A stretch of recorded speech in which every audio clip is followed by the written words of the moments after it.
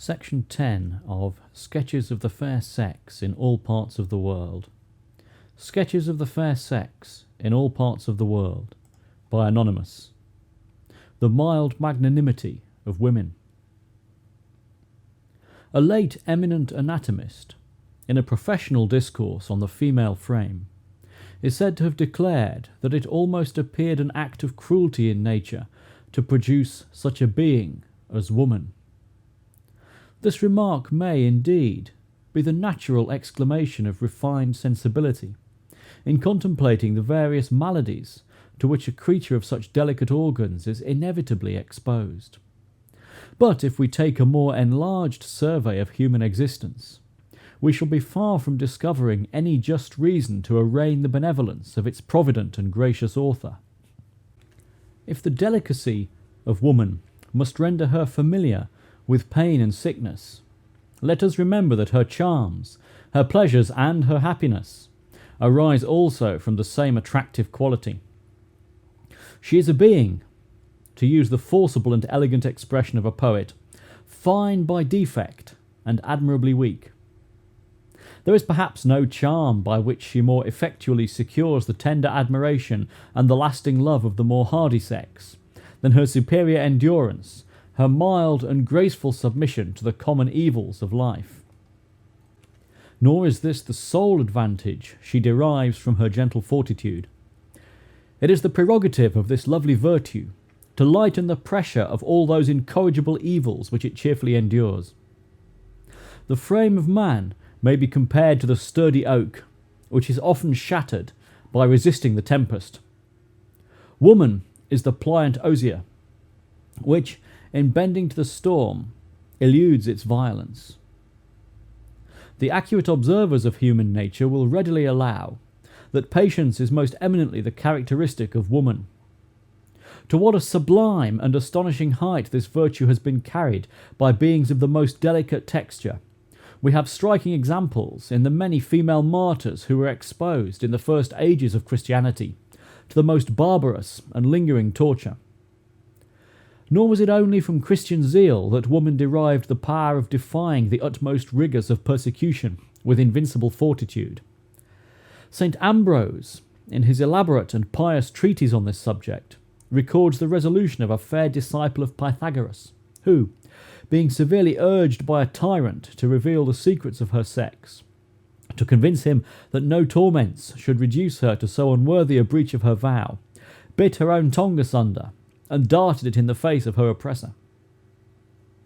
In consequence of those happy changes which have taken place in the world, from the progress of purified religion, the inexpressible spirit of the tender sex is no longer exposed to such inhuman trials.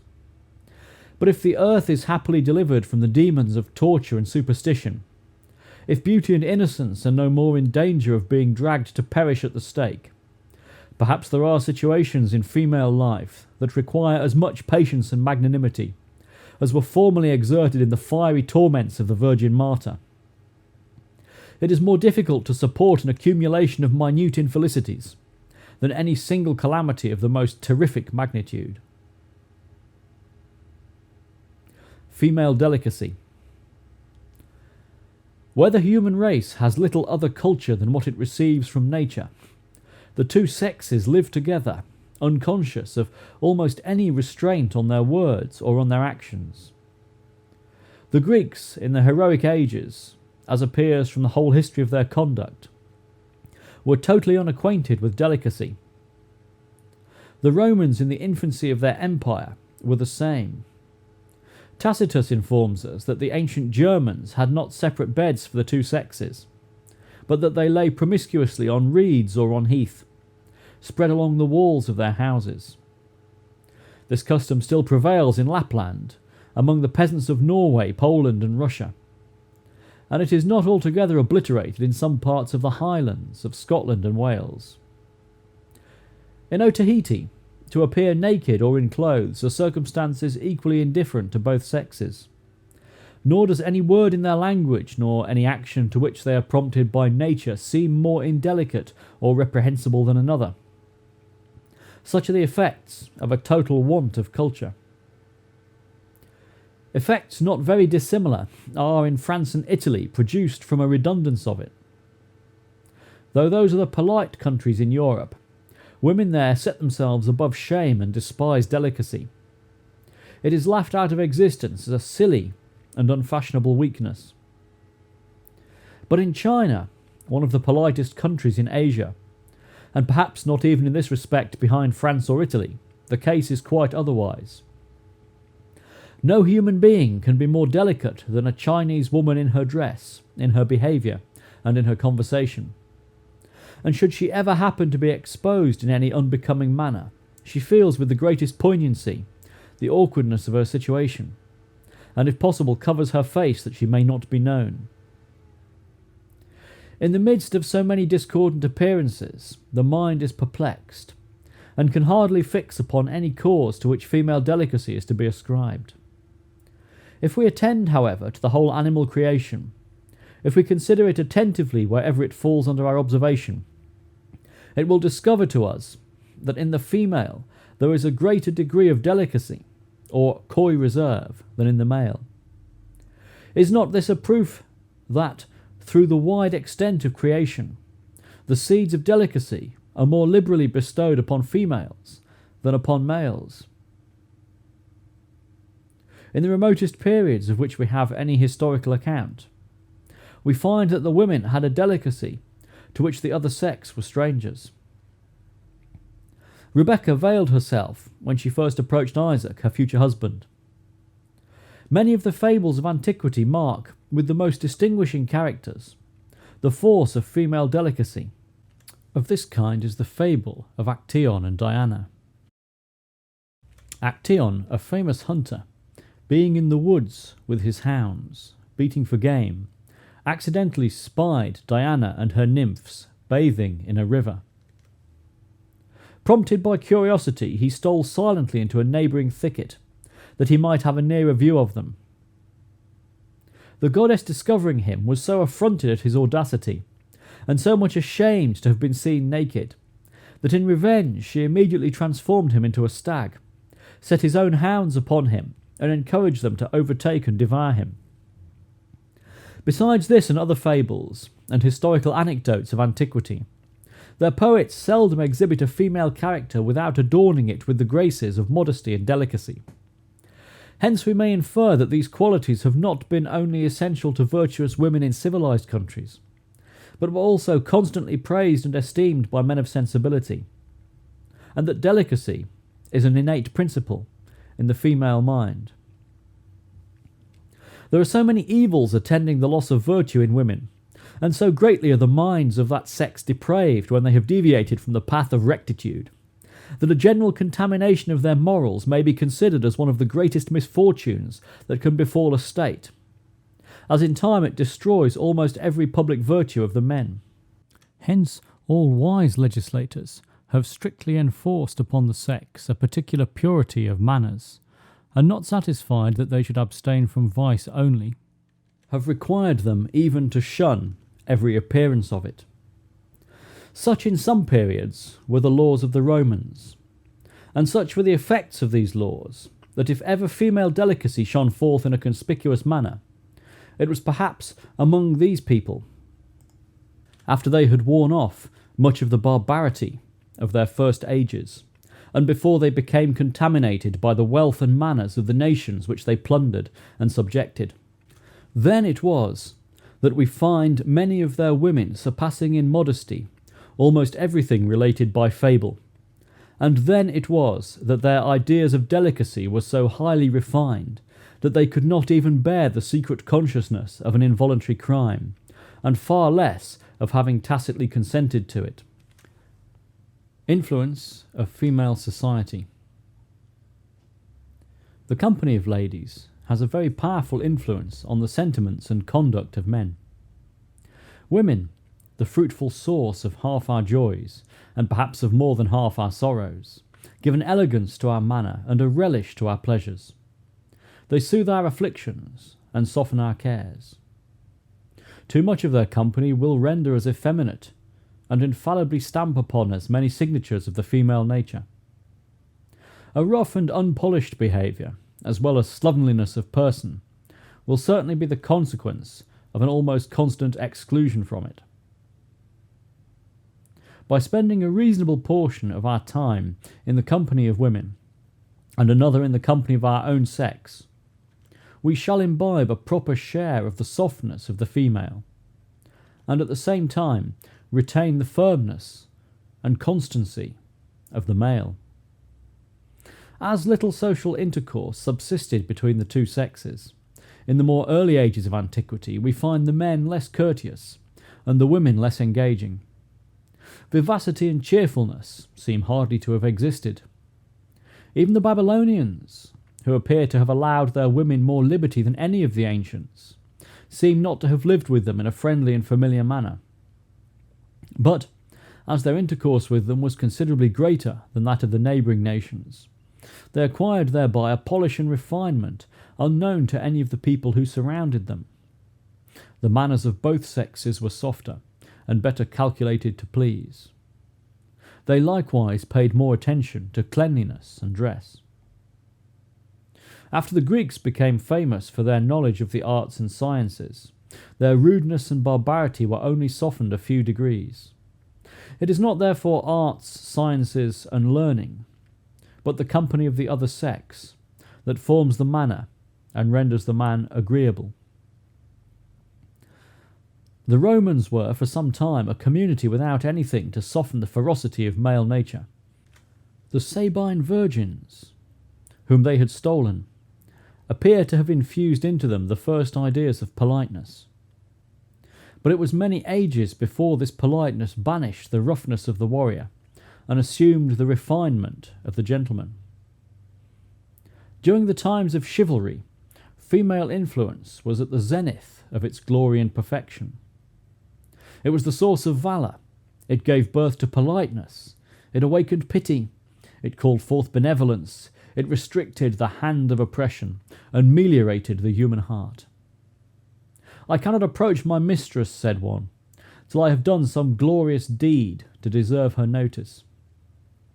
Actions should be the messengers of the heart. They are the homage due to beauty, and they only should discover love.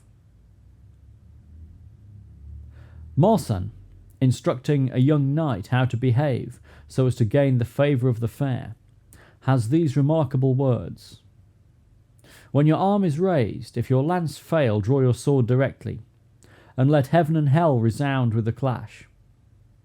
Lifeless is the soul which beauty cannot animate, and weak is the arm which cannot fight valiantly to defend it."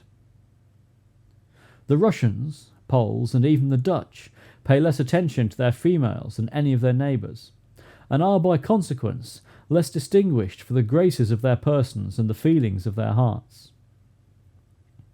The lightness of their food and the salubrity of their air have been assigned as reasons for the vivacity and cheerfulness of the French, and their fortitude in supporting their spirits through all the adverse circumstances of this world. But the constant mixture of the young and old, of the two sexes, is no doubt one of the principal reasons why the cares and ills of life sit lighter on the shoulders of that fantastic people than on those of any other country in the world.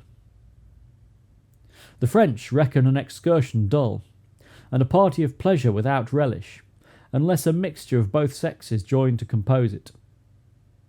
The French women do not even withdraw from the table after meals, nor do the men discover that impatience to have them dismissed, which they so often do in England. It is alleged by those who have no relish for the conversation of the fair sex, that their presence curbs the freedom of speech, and restrains the jollity of mirth. But if the conversation and the mirth are decent, if the company are capable of relishing anything but wine, the very reverse is the case. Ladies in general are not only more cheerful than gentlemen, but more eager to promote mirth and good humour. So powerful indeed are the company and conversation of the fair in diffusing happiness and hilarity, that even the cloud which hangs on the thoughtful brow of an Englishman begins in the present age to brighten by his devoting to the ladies a larger share of time than was formerly done by his ancestors. Though the influence of the sexes be reciprocal, yet that of the ladies is certainly the greatest.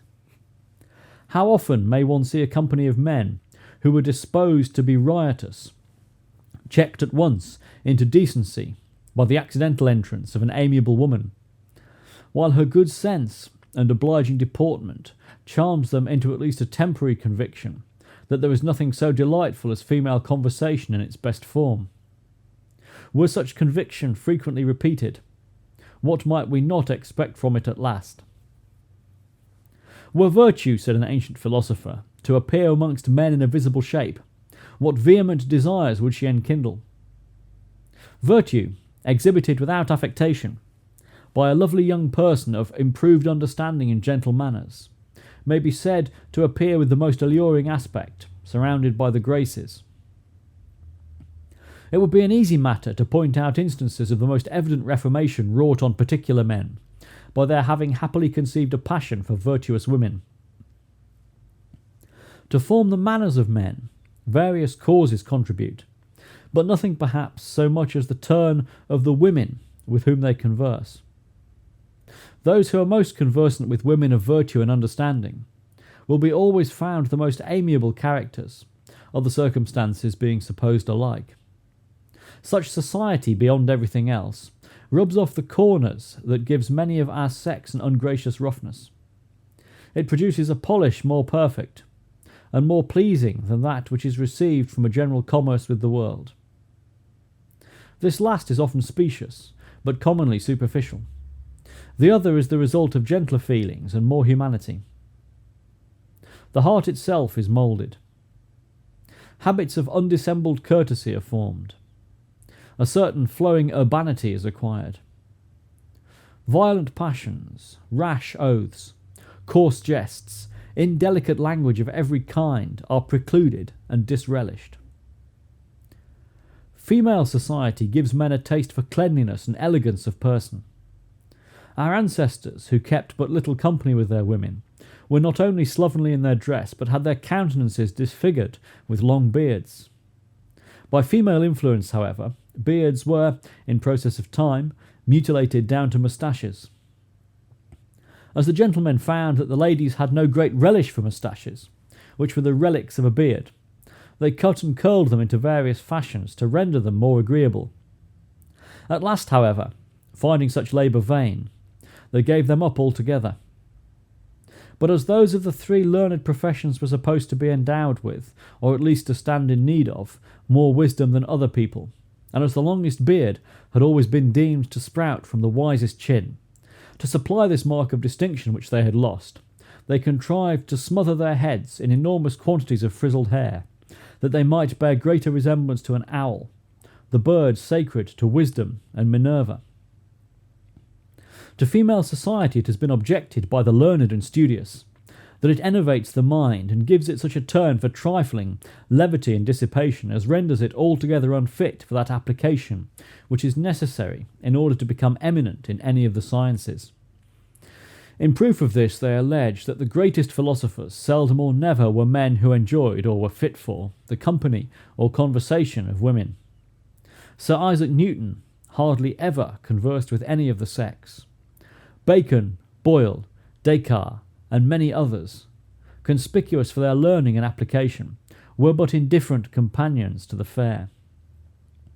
It is certain indeed that the youth who devotes his whole time and attention to female conversation and the little offices of gallantry never distinguishes himself in the literary world. But notwithstanding this, without the fatigue and application of severe study, he often obtains by female interest that which is denied to the merited improvements acquired by the labour of many years. End of section 10. Section 11 of Sketches of the Fair Sex in All Parts of the World. Sketches of the Fair Sex in All Parts of the World, by Anonymous. Monastic Life. The Venerable Bede has given us a very striking picture of monastic enormities in his epistle to Egbert. From this we learn that many young men who had no title to the monastic profession got possession of monasteries, where, instead of engaging in the defence of their country as their age and rank required, they indulged themselves in the most dissolute indolence. We learn from Dugdale that in the reign of Henry II, the nuns of Amesbury Abbey in Wiltshire were expelled from that religious house on account of their incontinence. And to exhibit in the most lively colours the total corruption of monastic chastity, Bishop Burnet informs us, in his History of the Reformation, that when the nunneries were visited by the command of Henry VIII, whole houses almost were found whose vows had been made in vain. When we consider to what oppressive indolence, to what a variety of wretchedness and guilt the young and fair inhabitants of the cloister were frequently betrayed, we ought to admire those benevolent authors who, when the tide of religious prejudice ran very strong in favour of monastic virginity, had spirit enough to oppose the torrent, and to caution the devout and tender sex against so dangerous a profession. It is in this point of view that the character of Erasmus appears with the most amiable lustre, and his name ought to be eternally dear to the female world in particular. Though his studies and constitution led him almost to idolize those eloquent fathers of the Church who have magnified this kind of life, his good sense and his accurate survey of the human race enabled him to judge of the misery in which female youth was continually involved by a precipitate choice of the veil. He knew the successful arts by which the subtle and rapacious monks inveigled young women of opulent families into the cloister, and he exerted his lively and delicate wit in opposition to so pernicious an evil. In those nations of Europe where nunneries still exist, how many lovely victims are continually sacrificed to the avarice or absurd ambition of inhuman parents! The misery of these victims has been painted with great force by some benevolent writers of France. In most of those pathetic histories that are founded on the abuse of convents, the misery originates from the parent and falls upon the child. The reverse has sometimes happened, and there are examples of unhappy parents who have been rendered miserable by the religious perversity of a daughter. In the 14th volume of that very amusing work, Les Causes Célèbres, a work which is said to have been the favourite reading of Voltaire, there is a striking history of a girl under age who was tempted by pious artifice to settle herself in a convent in express opposition to parental authority. Her parents, who had in vain tried the most tender persuasion, endeavoured at last to redeem their lost child by a legal process against the nunnery in which she was imprisoned. The pleadings on this remarkable trial may perhaps be justly reckoned amongst the finest pieces of eloquence that the lawyers of France have produced. Monsieur Gillet, the advocate for the parents, represented in the boldest and most affecting language the extreme baseness of this religious seduction. His eloquence appeared to have fixed the sentiments of the judges. But the cause of superstition was pleaded by an advocate of equal power, and it finally prevailed. The unfortunate parents of Maria Vernal, for this was the name of the unfortunate girl, were condemned to resign her forever, and to make a considerable payment to those artful devotees who had piously robbed them of their child. When we reflect on the various evils that have arisen in convents, we have the strongest reason to rejoice and glory in that reformation by which the nunneries of England were abolished. Yet it would not be candid or just to consider all these as the mere harbours of licentiousness, since we are told that, at the time of their suppression, some of our religious houses were very honourably distinguished by the purity of their inhabitants. The visitors, says Bishop Burnet, interceded earnestly for one nunnery in Oxfordshire, where there was great strictness of life, and to which most of the young gentlewomen of the country were sent to be bred, so that the gentry of the country desired the king would spare the house, yet all was ineffectual. Degrees of sentimental attachment at different periods. In the earlier ages, sentiment in love does not appear to have been much attended to. When Abraham sent his servant to court a bride for his son Isaac, We do not so much as hear that Isaac was consulted on the matter, nor is there even a suspicion that he might refuse or dislike the wife which his father had selected for him.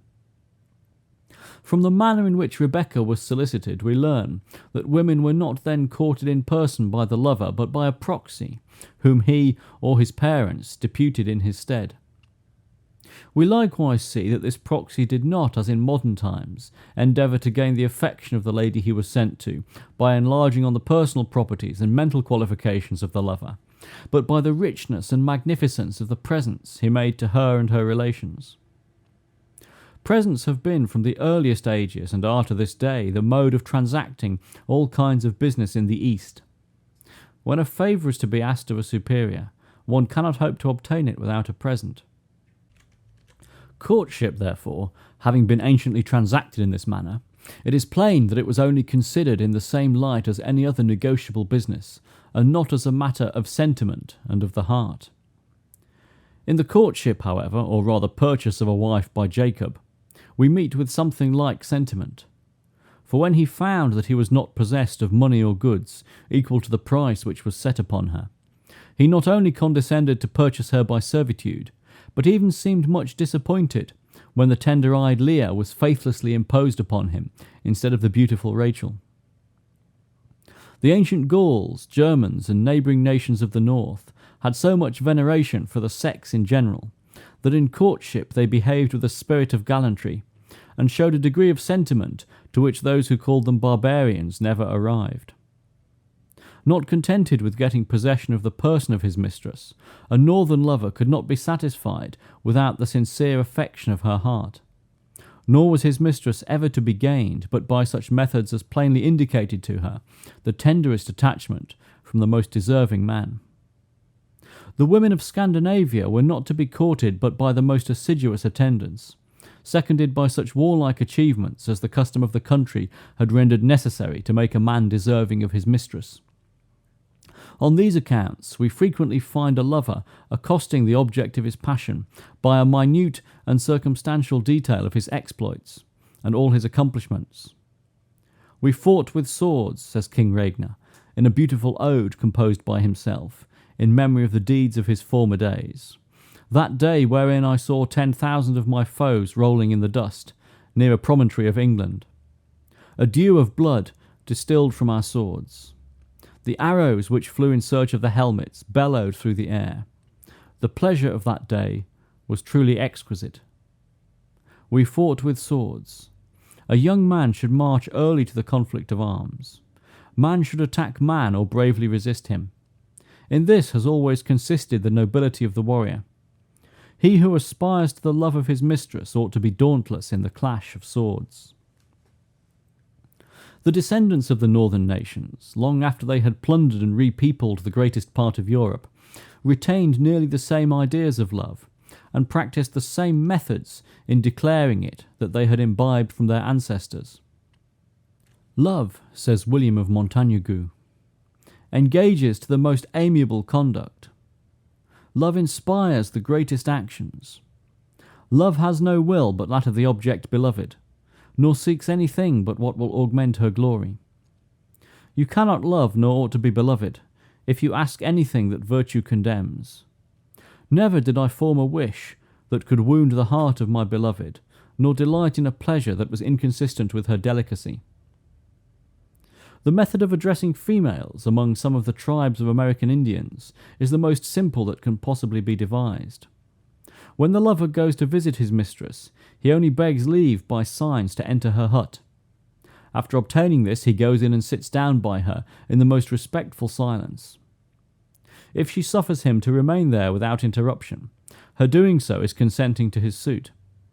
If, however, the lover has anything given him to eat and drink, it is a refusal, though the woman is obliged to sit by him until he has finished his repast. He then retires in silence.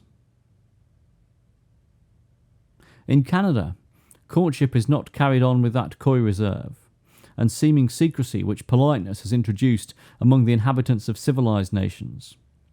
When a man and woman meet, though they never saw each other before, if he is captivated by her charms, he declares his passion in the plainest manner, and she with the same simplicity answers yes or no without further deliberation. That female reserve, says an ingenious writer, Dr. Alexander, that seeming reluctance to enter into the married state, observable in polite countries, is the work of art and not of nature. The history of every uncultivated people amply proves it. It tells us that their women not only speak with freedom the sentiments of their hearts, but even blush not to have these sentiments made as public as possible. In Formosa, however, they differ so much from the simplicity of the Canadians that it would be reckoned the greatest indecency in the man to declare, or in the woman to hear, a declaration of the passion of love. The lover is, therefore, obliged to depute his mother, sister, or some female relation, and from any of these the soft tale may be heard without the least offence to delicacy. In Spain, the women had formerly no voice in disposing of themselves in matrimony. But as the empire of common sense began to extend itself, they began to claim a privilege, at least of being consulted in the choice of the partners of their lives. Many fathers and guardians, hurt by this female innovation and puffed up with Spanish pride, still insisted on forcing their daughters to marry, according to their pleasure, by means of duennas, locks, hunger, and even sometimes of poison and daggers. But as nature will revolt against every species of oppression and injustice, the ladies have for some time begun to assert their own rights. The authority of fathers and guardians begins to decline, and lovers find themselves obliged to apply to the affections of the fair, as well as to the pride and avarice of their relations. The nightly musical serenades of mistresses by their lovers are still in use. The gallant composes some love sonnets, as expressive as he can, not only of the situation of his heart, but of every particular circumstance between him and the lady, not forgetting to lard them with the most extravagant encomiums on her beauty and merit. These he sings in the night below her window, accompanied with his lute, or sometimes with a whole band of music. The more piercingly cold the air, the more the lady's heart is supposed to be thawed with the patient sufferance of her lover, who, from night to night, frequently continues his exercises for many hours, heaving the deepest sighs, and casting the most piteous looks towards the window, at which, if his goddess at last deigns to appear and drops him a curtsy, he is superlatively paid for all his watching. But if she blesses him with a smile, he is ready to run distracted. In Italy, the manner of addressing the ladies, so far as it relates to serenading, nearly resembles that of Spain. The Italian, however, goes a step farther than the Spaniard. He endeavours to blockade the house where his fair one lives, so as to prevent the entrance of any rival. If he marries the lady who cost him all this trouble and attendance, he shuts her up for life. If not, she becomes the object of his eternal hatred, and he too frequently endeavours to revenge by poison the success of his happier rival. In one circumstance relating to courtship, the Italians are said to be particular. They protract the time as long as possible, well knowing that even with all the little ills attending it, a period thus employed is one of the sweetest of human life. A French lover, with the word sentiment perpetually in his mouth, seems by every action to have excluded it from his heart. He places his whole confidence in his exterior air and appearance. He dresses for his mistress, dances for her, flutters constantly about her, helps her to lay on her rouge and to place her patches. He attends her round the whole circle of amusements, chatters to her constantly, whistles and sings and plays the fool with her. Whatever be his station, everything gaudy and glittering within the sphere of it is called in to his assistance, particularly splendid carriages and tawdry liveries. But if, by the help of all these, he cannot make an impression on the fair one's heart, it costs him nothing but a few shrugs of his shoulders, 2 or 3 silly exclamations, and as many stanzas of some satirical song against her. And, as it is impossible for a Frenchman to live without an amour, he immediately betakes himself to another. There is hardly any such thing among people of fashion as courtship. Matters are generally so ordered by parents and guardians that to a bride and bridegroom the day of marriage is often the second time of their meeting. In many countries, to be married in this manner would be reckoned the greatest of misfortunes. In France, it is little regarded. In the fashionable world, few people are greater strangers to or more indifferent about each other than husband and wife, and any appearance of fondness between them, or their being seen frequently together, would infallibly make them forfeit the reputation of the ton, and be laughed at by all polite company. On this account, nothing is more common than to be acquainted with a lady without knowing her husband, or visiting the husband without ever seeing his wife. End of section 11.